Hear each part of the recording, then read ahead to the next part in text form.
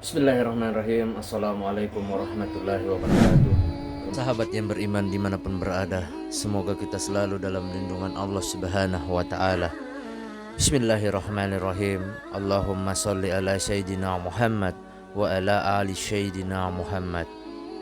Segala puji bagi Allah Subhanahu wa ta'ala, Rabb semesta alam.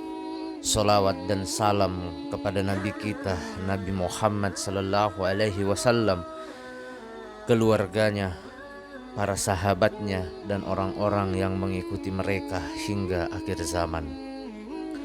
Di kesempatan yang mulia ini, saya akan membahas tentang kondisi kemunculan Imam Mahdi. Sahabat yang beriman dimanapun berada, dalam sebuah hadis Nabi Muhammad sallallahu alaihi wasallam memprediksi adanya dua fenomena yang menjadi kondisi kemunculan atau menjelang diutusnya Imam Mahdi ke tengah-tengah umat.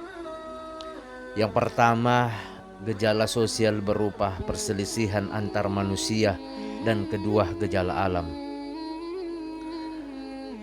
berupa gempa-gempa yang berdatangan silih berganti. Aku kabarkan berita gembira mengenai Al-Mahdi yang diutus Allah Subhanahu wa ta'ala ke tengah umatku. Ketika banyak terjadi perselisihan antar manusia dan gempa-gempa, maka ia akan memenuhi bumi dengan keadilan dan kejujuran, sebagaimana sebelumnya dipenuhi dengan kesewenang-wenangan dan kezaliman.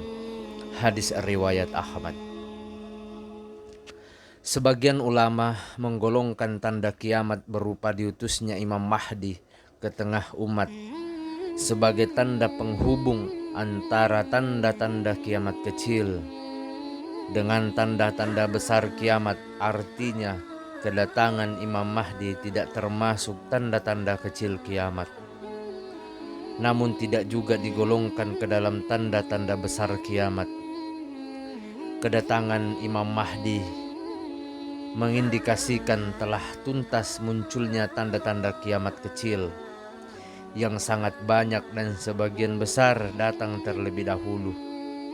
Dan pada saat yang sama, kedatangan Imam Mahdi menandakan sudah dekatnya akan muncul tanda-tanda besar kiamat yang datang belakangan dan berjumlah 10. Para ulama telah membagi tanda-tanda kiamat ke dalam dua kelompok. Ada tanda-tanda kecil kiamat dan tanda-tanda besar. Tanda-tanda kiamat kecil berjumlah sangat banyak dan umumnya datang lebih awal, sedangkan tanda-tanda besar datang belakangan dan berjumlah 10. Tanda kecil yang paling awal berupa diutusnya Nabi Muhammad sallallahu alaihi wasallam ke bumi. Semenjak peristiwa sangat agung itu terjadi, dunia menyaksikan bermunculannya aneka tanda-tanda kecil kiamat berikutnya. Hingga dewasa ini sudah banyak sekali tanda-tanda kecil kiamat yang dinubuatkan atau diprediksikan oleh Nabi Muhammad telah menjadi realita di antara tanda-tanda kiamat kecil. Sahabat yang beriman dimanapun berada, tanda-tanda kiamat kecil tersebut ialah yang pertama, yaitu bila manusia mulai membunuh atau meninggalkan sholat. Yang kedua, bila sifat amanah telah lenyap.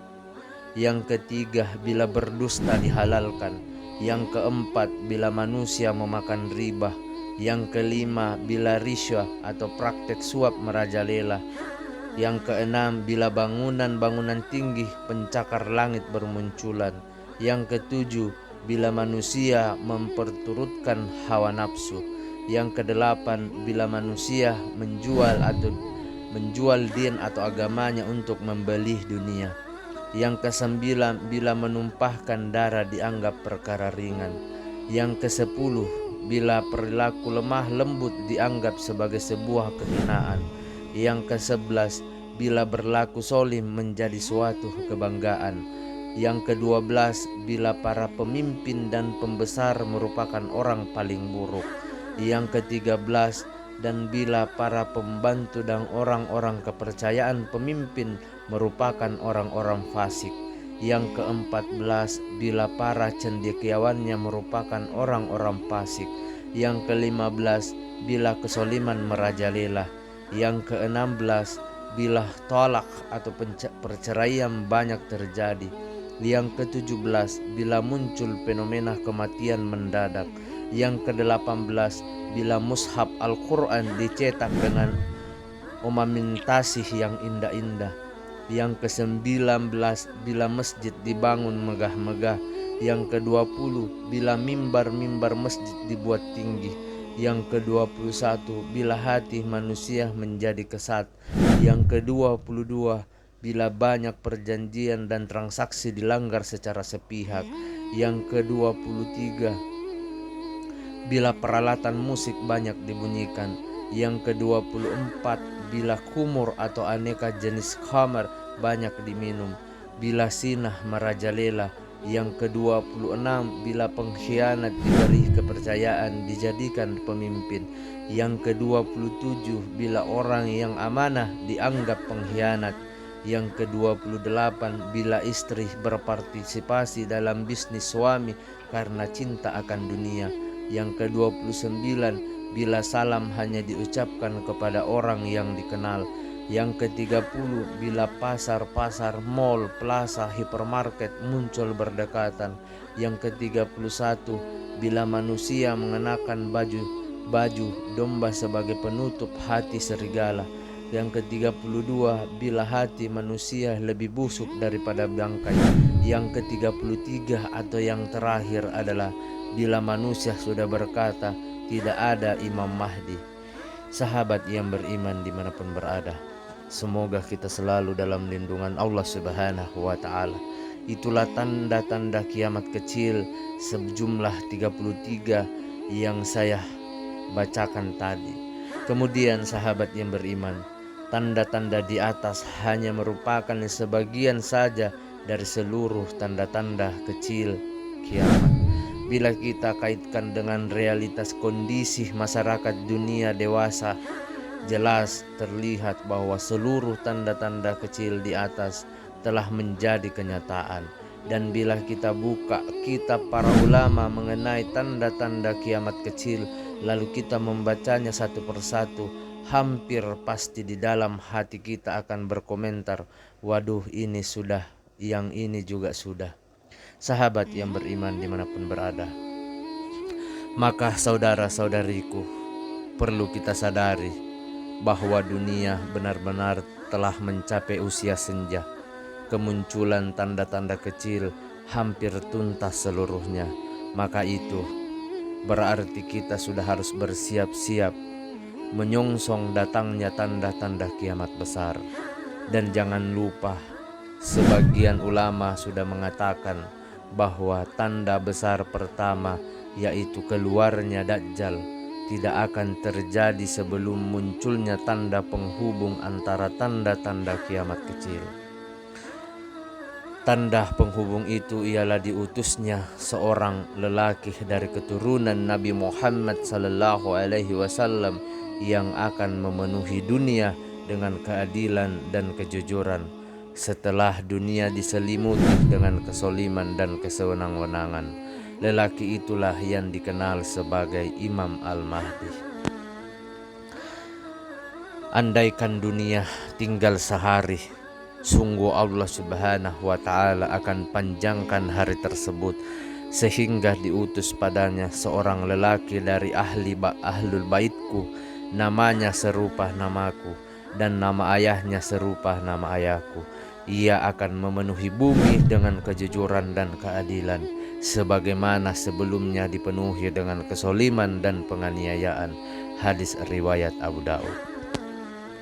Sahabat yang beriman dimanapun berada, lalu bila kala Imam Mahdi bakal dihadirkan Allah Subhanahu wa ta'ala ke tengah umat, hadis di awal dituliskan inilah yang cukup jelas.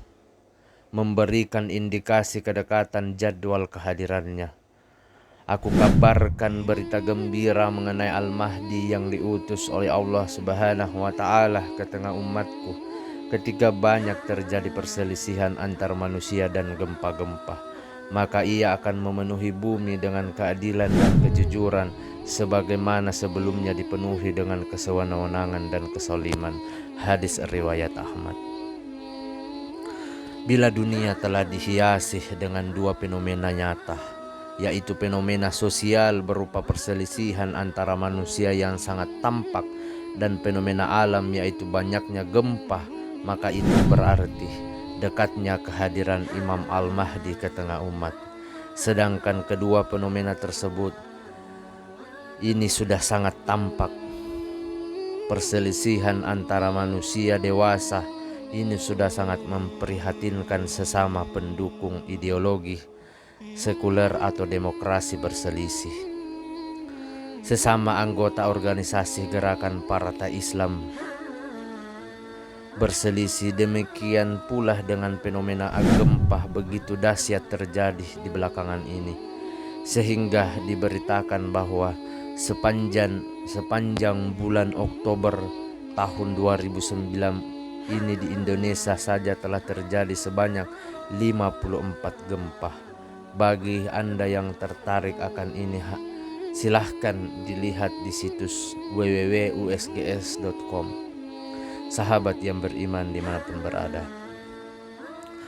marilah kita siapkan diri dan keluarga-keluarga kita menyongsong kehadiran Al-Mahdi. Dalam artian, marilah kita bersiap untuk segera mematuhi perintah Rasulullah dalam kaitannya dengan kehadirannya. Hadis riwayat Abu Daud berbunyi, ketika kalian melihatnya atau kehadiran Mahdi, maka berbaitlah dengannya walaupun harus merangkak-rangkak di atas salju, karena sesungguhnya dia adalah Khalifahullah Al-Mahdi. Saudaraku, sahabatku dimanapun berada, berdasarkan hadis di atas, kita umat Islam diperintahkan untuk bersegera bergabung ke dalam barisan Al-Mahdi ketika ia telah hadir, lalu ungkapkan walaupun harus merangkak-rangkak di atas salju, mengisyaratkan bahwa hal itu tidak bakal mudah dilaksanakan. Boleh jadi ketika hari itu tiba, media-media kufar menjuluki pemimpin umat tersebut sebagai the world number one atau teroris.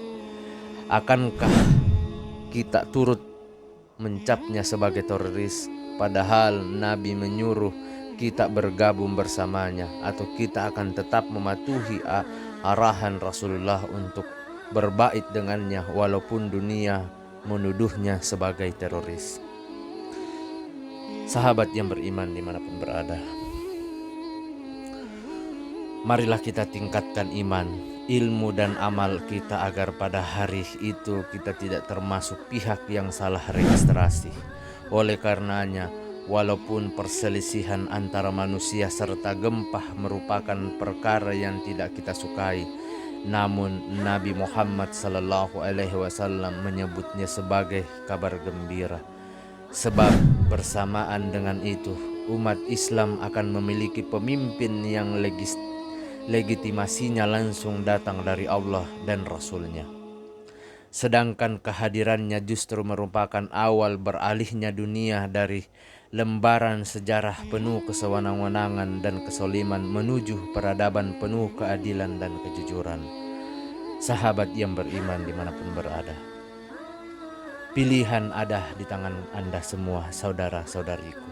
Apakah Anda akan memperdulikan tanda-tanda akhir zaman dengan semangat mengkokohkan iman, atau sekedar mengamatinya sebagai fenomena-fenomena sosial dan natural yang hanya dijelaskan sebatas penjelasan ilmiah tanpa kita kaitkan dengan iman, petunjuk serta wahyu ilahi? Maka tidaklah mereka tunggu-tunggu melainkan hari kiamat, yaitu kedatangannya kepada mereka dengan tiba-tiba, karena sesungguhnya telah datang tanda-tandanya. Maka apakah faedahnya bagi mereka kesadaran mereka itu apabila hari kiamat sudah datang. Quran surat Muhammad ayat 18. Sahabat yang beriman dimanapun berada, demikianlah pembahasan tentang pra kemunculan Imam Mahdi, pra kondisi kemunculan Imam Al-Mahdi. Semoga apa yang saya sampaikan pada kesempatan yang mulia ini bisa bermanfaat untuk kita semua, terutama untuk saya pribadi.